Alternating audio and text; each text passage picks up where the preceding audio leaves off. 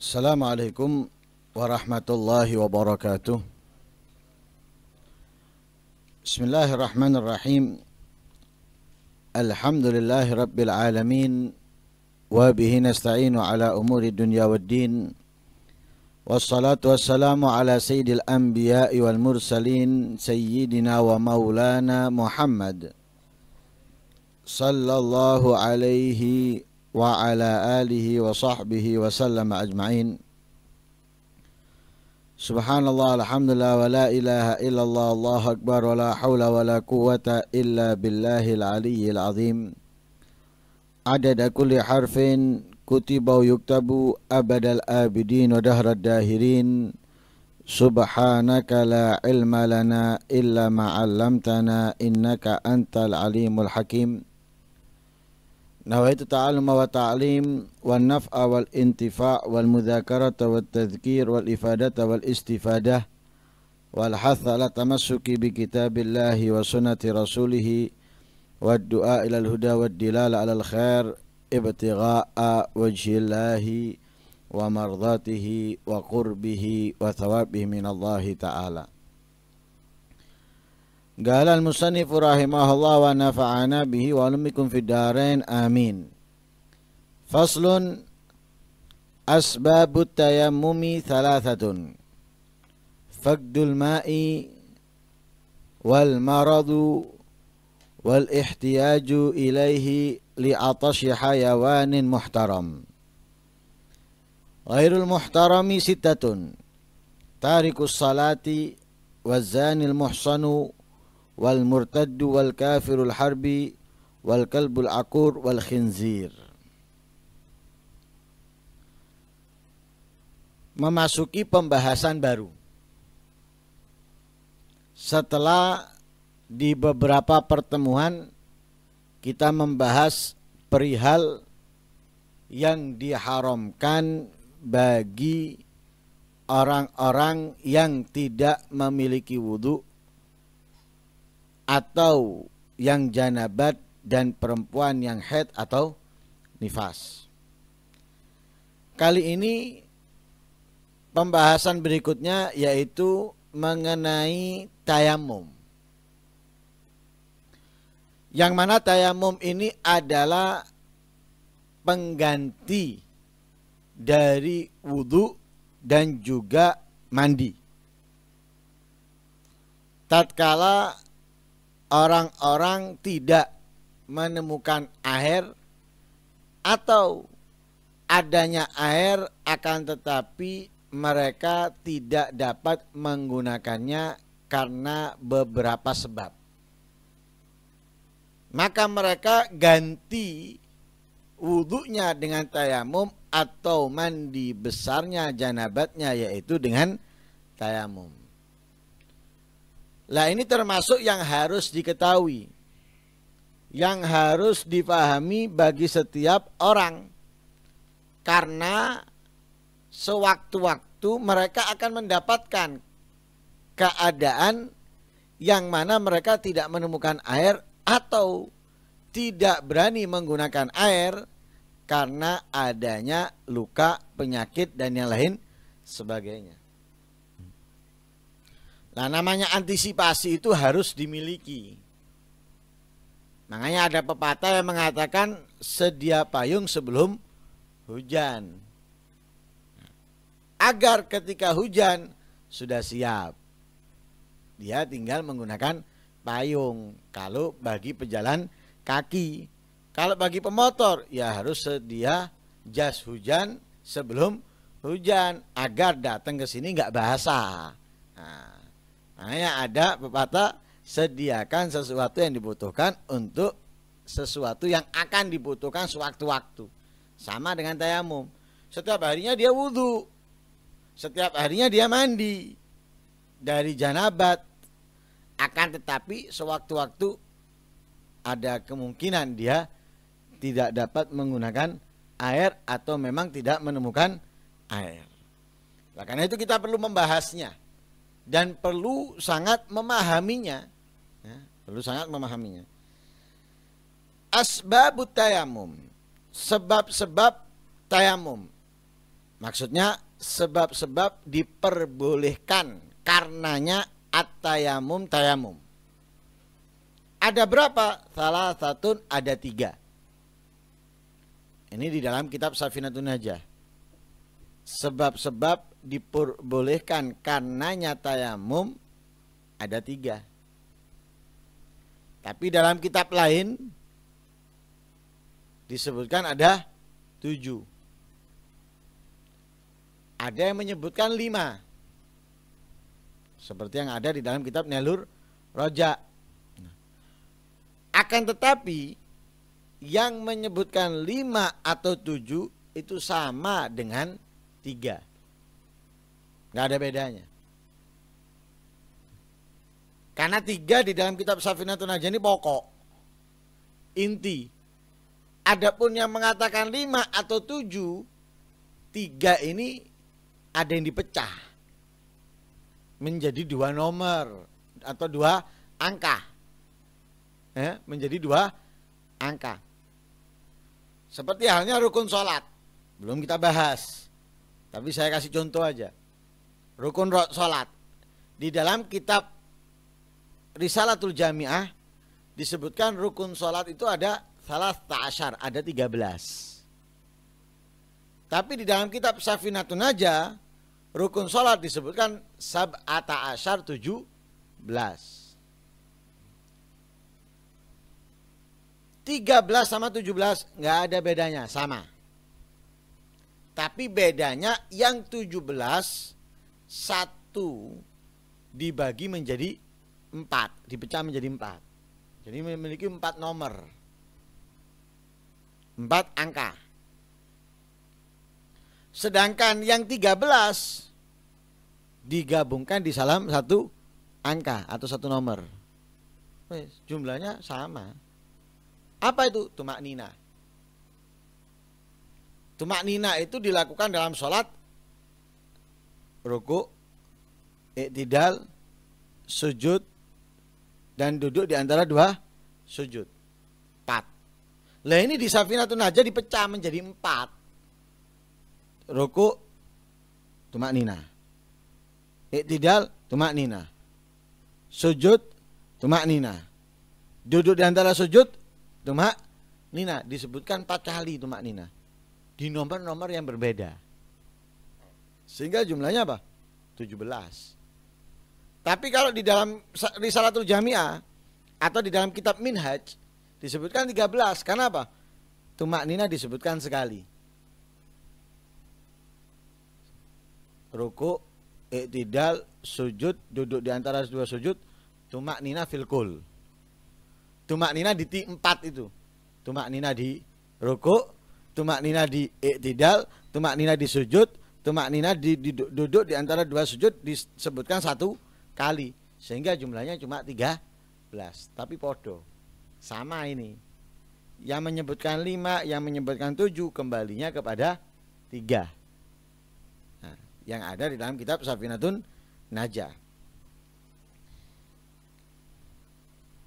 Apa itu tayamum? Tayamum itu dalam segi bahasa yaitu al-qasdu, menuju, mengarah atau menuju atau mengarah. Itu tayamum dalam segi bahasa. Sebagaimana Allah Subhanahu wa taala berfirman di dalam ayat Al-Qur'an, "Wala tayammamul khabitha minhu tunfikuna walastum biakhidhihi illa an tughmidu fi." Wala tayammamul khabitha minhu. Jangan kamu bermaksud yang buruk minhu daripada harta. Daripada harta. Jangan kamu bermaksud atau bertujuan yang buruk daripada harta. Untuk apa? Tunfikuna. Kalian infakkan. Nah, jangan harta yang buruk kalian tujukan untuk infak. Sedangkan kalian nggak mau mengambilnya, nggak mau memilikinya, tapi kalian infakkan. Ibarat kalau barang yang bosok, yang bau, yang basi disodakohkan, yang bagus diambil sendiri.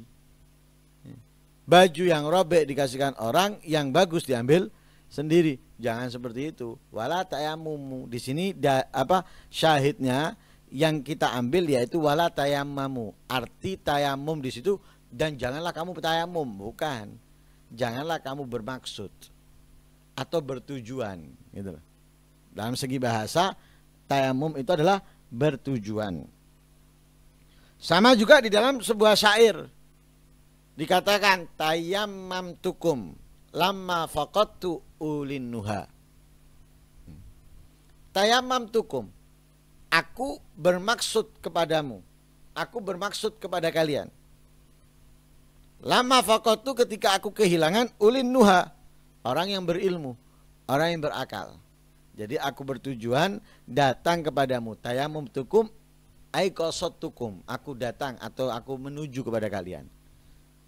Ketika aku tidak mendapatkan, tidak menemukan ulin nuha, orang-orang yang berakal. Itu ya, dalam segi bahasa tayamum adalah al-ghasdu, bermaksud atau menuju. Wa syar'an, menurut syariat tayamum itu adalah isalut turab ilal wajhi wal yadain, menyampaikan debu ke wajah wal yadain dan kedua tangan. Biniyatin maksusatin, dengan niat tertentu. Bisyara itu maksusat, dengan syarat-syarat tertentu.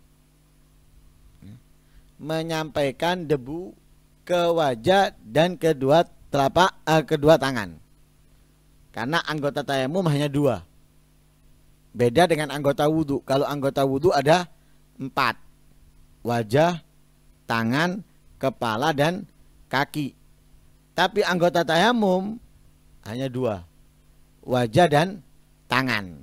Nah, karena itu yang perlu disampaikan debu adalah kepada wajah dan tangan. Jadi menyampaikan debu ke wajah dan tangan.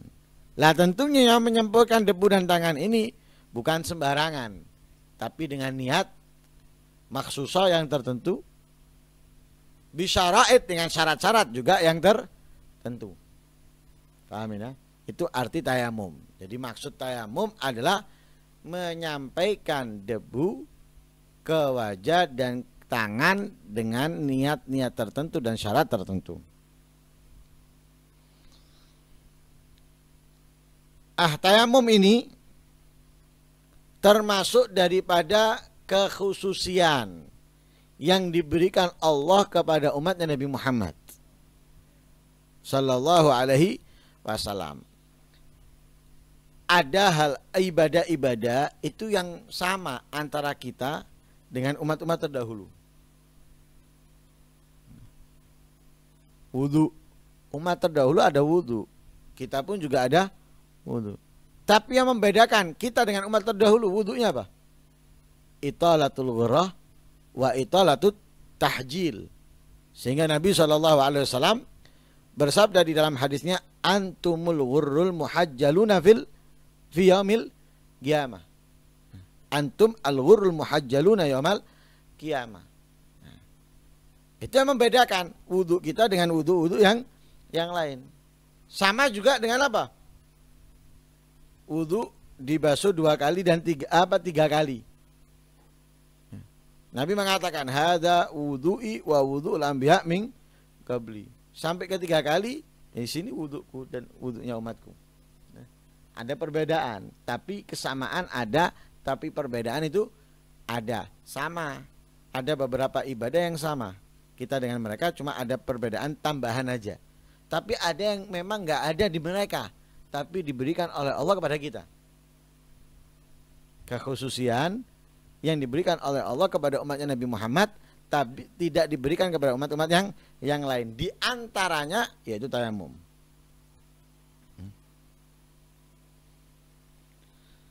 Sebagaimana disebutkan oleh Rasul Shallallahu Alaihi Wasallam, faddalana 'alan nas bi thalathin. Allah mengistimewakan kita atas semua manusia, yaitu umat-umat terdahulu, bi thalath, dengan 3 hal. Jadi Allah mengistimewakan atau memberikan kekhususian 3 hal kepada kita, tidak kepada yang lainnya. Pertama, ju'ilat sufufuna ka sufufil malaikah. Allah menjadikan saf-saf kita dalam sholat ya, seperti saf-safnya para malaikat. Yang kedua, ju'ilat lanal ardu kulluha masjidan. Bumi, tanah dijadikan oleh Allah untuk kita semuanya masjidan, tempat sujud. Artinya apa? Boleh kita sholat dimanapun, memakai alas ataupun tidak, yang penting tempat itu suci. Kalau orang-orang dulu ada tempatnya, nggak bisa sembarangan tempat. Kalau kita nggak mau sholat dimanapun, makanya nggak ada alasan kita meninggalkan sholat. Dimanapun kita bisa sholat, pakai alas ataupun tidak, yang penting tempatnya suci. Yang ketiga, wa ju'ilat turbatuha lana tahuran idza lam najidil ma'a. Dijadikan debunya untuk kami, untuk kita, tahuran, suci, sehingga kita bisa bersuci dengannya. Kapan? Idza lam najidil ma'a, ketika kita tidak menemukan air. Ya. Hadis ini dikeluarkan oleh Imam Muslim dari hadisnya sahabat Hudzaifah. Paham ini ya? Nah, itu diantaranya.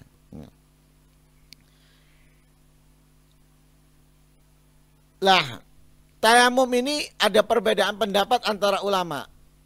Ada yang mengatakan bahwa tayamum ini adalah rukhsah. Ada yang mengatakan bahwa tayamum ini adalah azimah. Kalau azimah itu inti. Kalau rukhsah itu sebagai pengganti, cadangan. Itu mudahnya ya, mudahnya untuk kita memahami. Kalau azimah itu inti. Kalau rukhsah itu cadangan.